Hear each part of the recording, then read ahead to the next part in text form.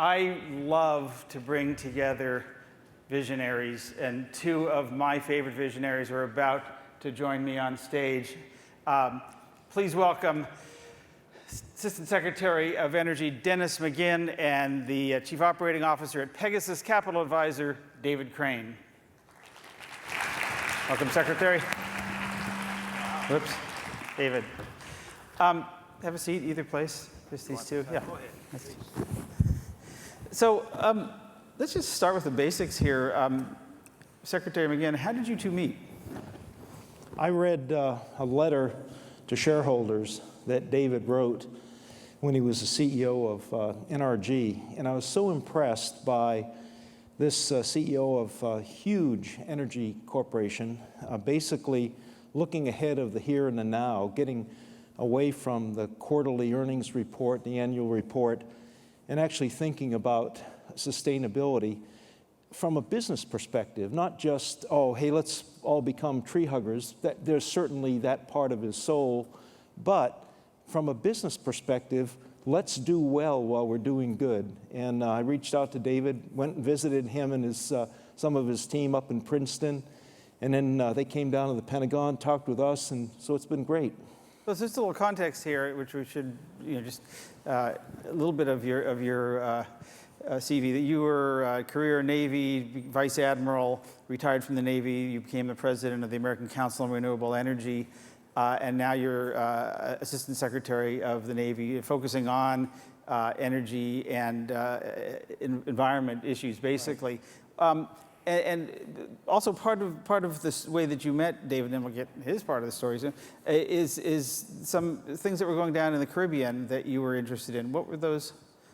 We got to talking about islands, and for the most part, whether it's in the Caribbean or Pacific or wherever, islands usually have a couple things in common. They're beautiful. It is tremendously expensive to bring in bunker fuel to burn, pollute paradise to convert to electrons to power to electricity. So David and his team shared some of their experiences and the work that they were doing down in the Caribbean. And of course, we have a lot of presence on islands as well. And some of them just off the coast, particularly Southern California, but places like Guantanamo Bay, down at the naval station down there, out in Hawaii, of course, and Guam. So we were very interested in comparing notes about the advantages of converting the energy equation out to islands in a different way, using renewable energy and other means of producing electricity. Right. And David, in your work, you've spent some time in the Caribbean doing not just, I think, development work as a business person, but also helping in Haiti to help restore some of what was lost or build some new infrastructure. Was that part of, first of all, the conversation you had with Secretary McGinn? Well, I mean, the purpose, NRG was a 50,000 megawatt company, and so if you went to the board of directors and say, hey, I want to work in the Caribbean, you had to have an excuse, to do it, because, no project in the Caribbean is going to be relevant just in terms of size. Right. But my excuse was, as Denny's saying, the characteristics of an island was that we could try out technologies, microgrid integration approaches that I ultimately thought would then come back to the United States, and even where you'd have grid intertied microgrids. And so that was my rationale that we could go there. And we really, it's funny because we saw like two extremes in terms of our personal experience. We turned Richard Branson's island into a renewable mecca. And then actually a lot of the lessons we learned there, we took to Haiti on the opposite end of the financial extreme in terms of how to do systems that were not grid intertied. But all the work we ended up doing in Haiti was pro bono, and I'm personally passionate about it. And I actually hope in the near term to get actually the American solar industry almost to adopt Haiti, because the interesting thing about corporate philanthropy, well, it's interesting if you're interested in corporate philanthropy, is, we had a hard and fast rule at NRG that we would not do things like feed people, because if you start feeding people, as critical as that is for the maintenance of life. As a big corporation, if you ever decide to stop feeding people, then you get a headline, $10 billion company withdraws from feeding program. Right. So every philanthropic thing we did in Haiti or anywhere else, it was a capital project that had to have a beginning or an end. But the good thing about solar power is that solar power basically is a capital project that relieves operating costs. So we put solar panels on the main trauma hospital. And by doing that, we relieved them of their $50,000 a year diesel bill. And they went out and hired nurses. And, I'm sure if you're in healthcare, you feel good every day because you're saving lives. In electricity, it's a little bit more indirect. But that's the closest I've been able to come to go home to my children and say, look, we did something today that saved lives. And that's the key point. I mean, energy of all sorts is an enabler. In and of itself, it isn't really valuable. It's a commodity, but it's the value that it can produce. In this case, all of the things you need to run a hospital or whatever. When David was talking about you have a rule not to feed people, that just goes to the old adage, if you want to help a hungry person, give them a fish. Right. But if you really want to help them, teach them how to fish. Right. And I think that needs to be our approach, whether it's from a civilian military perspective overseas or wherever, getting things to be self-sustainable and empowering different societies with capabilities to produce electricity, use it effectively, and really change their lives. Well, let's talk about the security piece of all this, because we talk all about climate change as a threat multiplier, but even aside from that, energy poverty itself is a security threat in some ways. Secretary McGinn, how do you see that? How does the military see energy poverty, and what's the opportunity for the military, for the United States, for business in general to address that? Societies that have difficulty in meeting basic needs, basic human needs, tend to be more prone to instability. There's a great deal of dissatisfaction, especially if it's a very hierarchical type of governance system, whether it's official state government or some other type of governance. And so when you can give them the ability to produce and meet basic needs, that takes out an element of instability that is very, very helpful. So we have lots of all of the services, Navy, Air Force, Marine Corps, and Army, that do a lot of good things, civil works in some cases, and it really does help address root causes of instability that, if left unattended, can escalate and be magnified and ultimately result in civil war or create vacuums of power in these fragile societies and fragile governments. So some of the technologies, the microgrids, obviously distributed energies of all types, are those things that the Defense Department or the U.S. government, the military, see as specific technologies that can help, and part of the strategy is to install those to help alleviate or reduce the threats of conflict? Yes, and we are, we work with USAID, for example. We're not building, distributed energy systems except where there's a need for supporting a military operation. But where we can leave it behind and it can be self-sustainable, it makes a lot of sense to do so. David, you're in the investment side now, looking at energy in particular. Is this part of what you're looking at, or are you looking at much bigger scale? I'm trying to know how, because obviously finding the capital for these kinds of things is a critical need.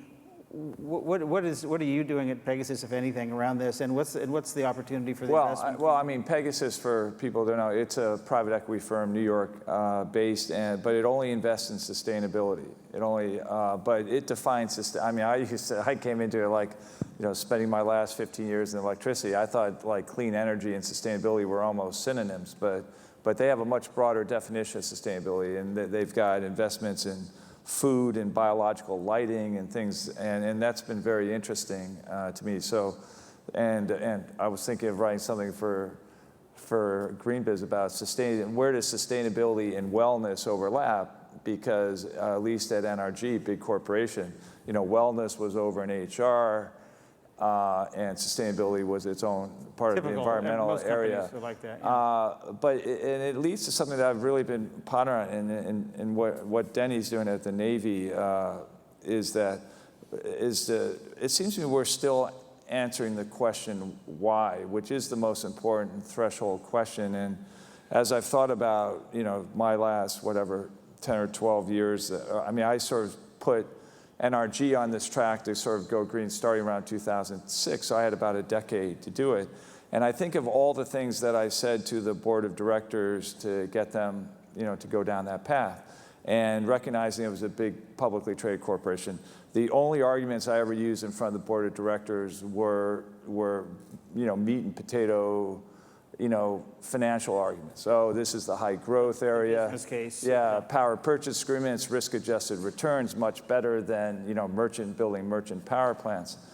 I never felt comfortable over any time in that 10 years just saying we should do this because it's the right thing to do. It's the morally right thing to do. And hopefully in the next generation of, corporate America with emphasis on other bottom lines, you'll be able to you could actually say that and not get sort of thrown out of the room, for, violating Delaware corporate law, right.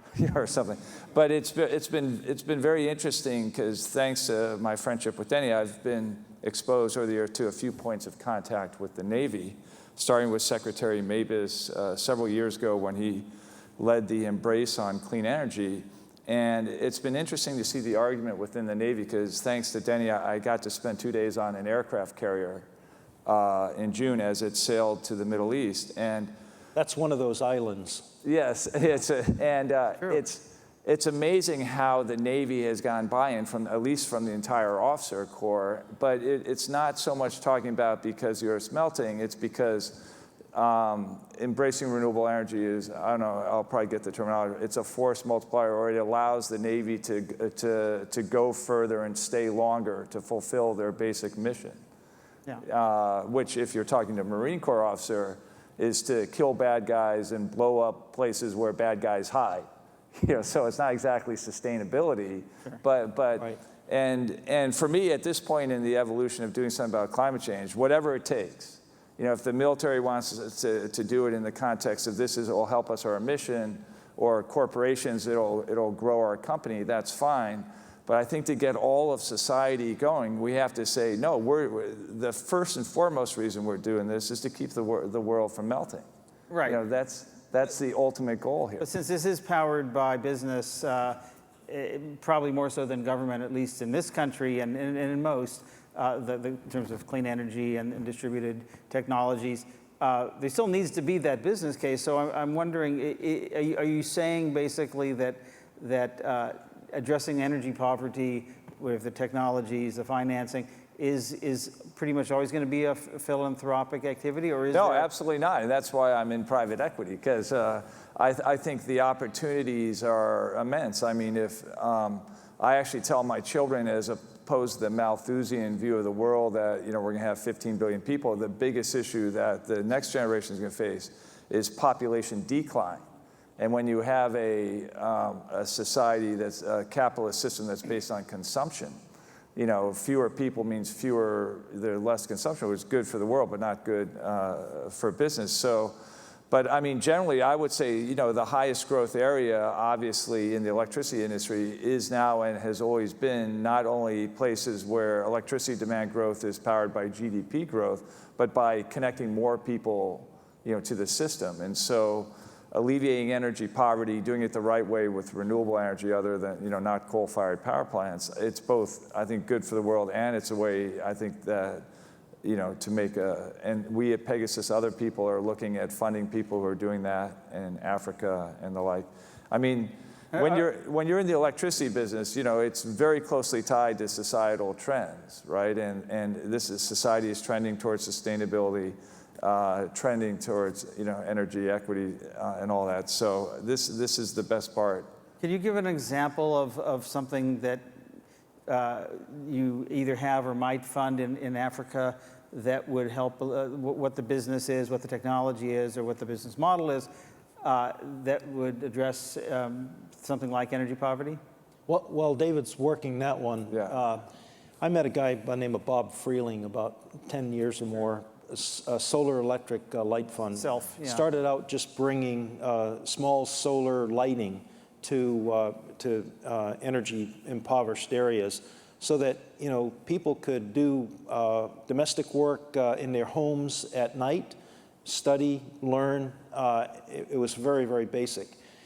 As the energy efficiency of solar panels got better and better, and you were able to also get more efficient pumps, they scaled up a little bit, and they found that little bit bigger solar array could draw water out of the ground using drip irrigation systems. You could turn an area, village, that was totally dependent on rainy season and then starvation towards the end of dry season until they could start growing stuff again. They had 365 days a year of the ability to grow crops with this system. That's a nonprofit, though, right? It's a not-profit, but it creates a lot of it addresses basic human needs: food, water, light, etc. But it creates markets. It lifts a society up beyond the level Maslow's hierarchy of needs, and creates markets ultimately. Allows people to go to school and have jobs and trade. Sure. Enables communications globally through internet. Yeah. So, did you really know what he just said there, Maslow hierarchy of needs? Or did you just pass over? Because I'm just sitting here baffled at how erudite there you are. I mean, I was just like, I'm going to have to Google that later. Maslow hierarchy of needs. Maslow was a shortstop for the Boston Red Sox a few years ago, wasn't he? Yeah. Okay, so can I go and, I mean, you asked me about what we were looking at in Africa, and I don't actually think, I'm trying to think back to the rules they gave me on, like, don't say anything on stage that the SEC would think was pre-marketing something. So I don't want to end up in jail. But let me say two things for the folks out there. I mean, and this comes from the perspective of an electricity guy. If you're looking at Africa, you've got to keep in mind that 2 out of every 3 energy dollars is actually spent cooking.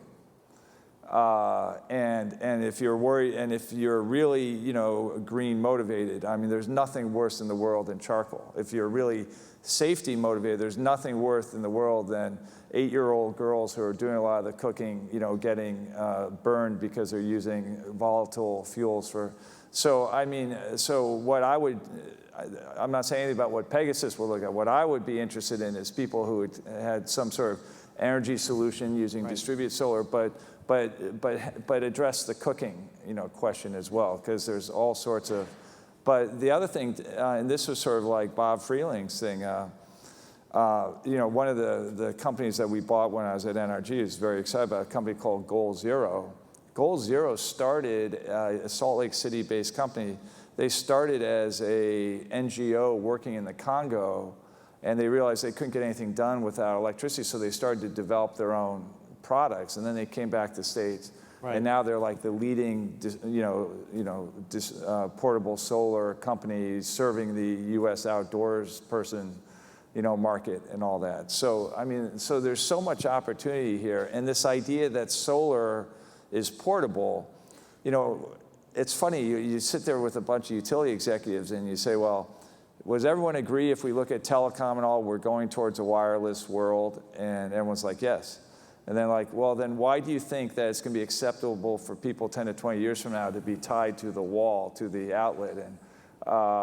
And so I think that's one of the key business model distributed advances is making electricity portable, because, so that as you walk around, you're walking around in a clean energy cocoon that allows you to power whatever you have on your body. One of the things that really occurs to me is making human capital really leverage itself, and doing it in a way that preserves our natural capital. So the inefficiencies of the life of people without electricity or easy access to energy women and children going miles to gather wood or to get water, which may or may not be really good for human health. But eliminating that need, that wasted time, frees up so much human capital to do things that can really lift a society up. So I think that that delivery of distributed generation where there is none, and being able to sustain it in a way that acknowledges what is good for natural capital is just so much better. I know both of you are concerned, as there's so many people watching this in this room and online, about just scale and scope. How do we scale this? I'm assuming scale and speed. How we scale this in the relatively short time we have to really take this on at the magnitude that's needed.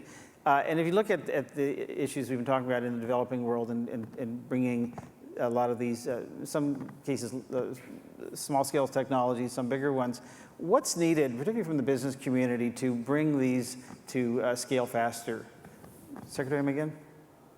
I would say doing pilot programs that demonstrate technology that really produces good results, it's reliable, and you start doing relatively small pilot scales, and it creates a demand that does scale up the production.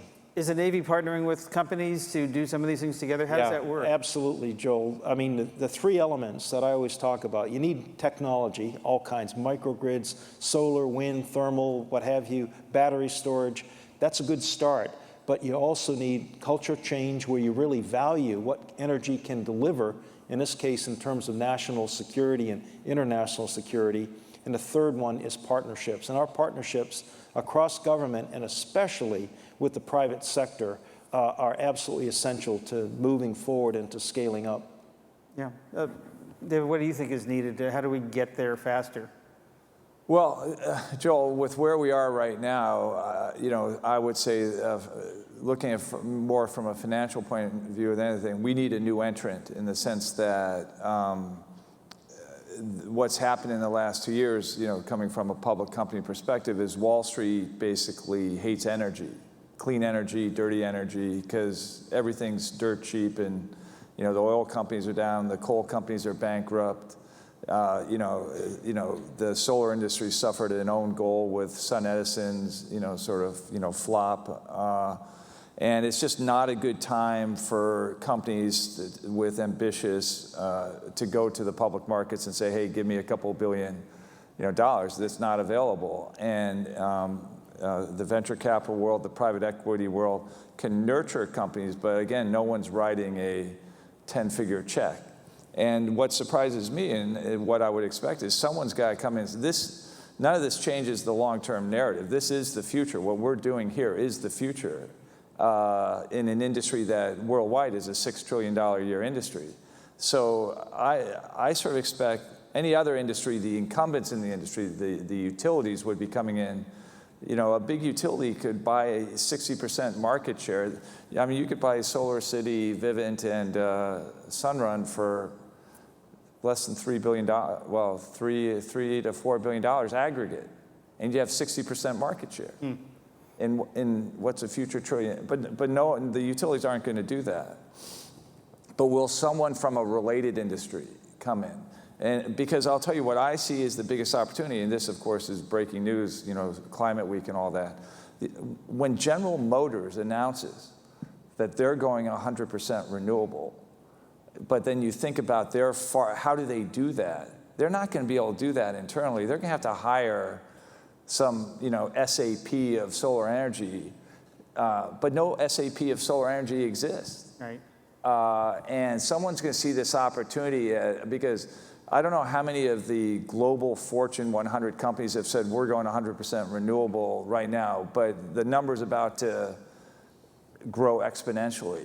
Yet the demand signal, I think, is clearly there. And that's the great thing about capitalism. Someone will fill the void, but the thing that makes it so exciting, for the people in the room, people like me, is who's the one that's going to fill that void? Yeah. Because those companies are not, General Motors does not want to become a solar company. They got enough of a fight on their hands. Well, you'd be surprised. They're going into some interesting areas, but your point is taken, because they're a mobility company and they've become a power company to deliver mobility. There's all sorts of possibilities here, but that is the great unanswered question of who, an exciting question in business about who will really take this to the scale that we haven't even begun yet to see. We are out of time for this conversation. I wish we could keep going because I love talking to both of you guys, but for now, please join me in thanking David Crane and Dennis McGinn.